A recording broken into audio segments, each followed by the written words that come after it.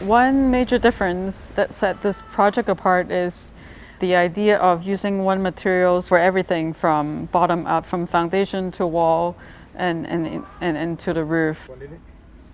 We came to Zone 5, Bidibidi Refugee Settlement in the district to implement a project of ETH, of this kind of structure, of prototype, using these interlocking stabilized soil blocks, backed from a subsoil called maram, mixed up with some sand and cement.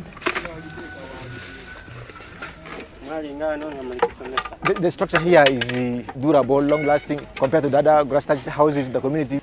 So in the term of temperature, it's a bit more cooled than the iron-roofed houses in the community.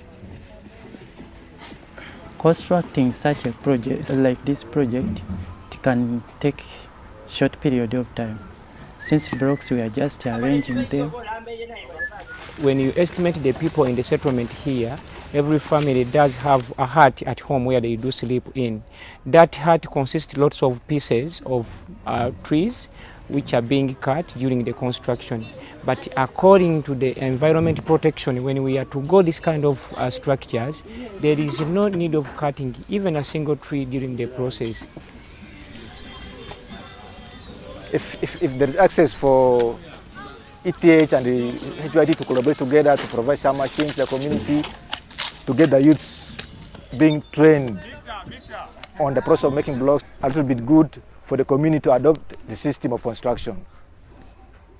I think there's potential of building using only what's locally available, which mainly is earth, and made a shelter, a whole shelter out of it.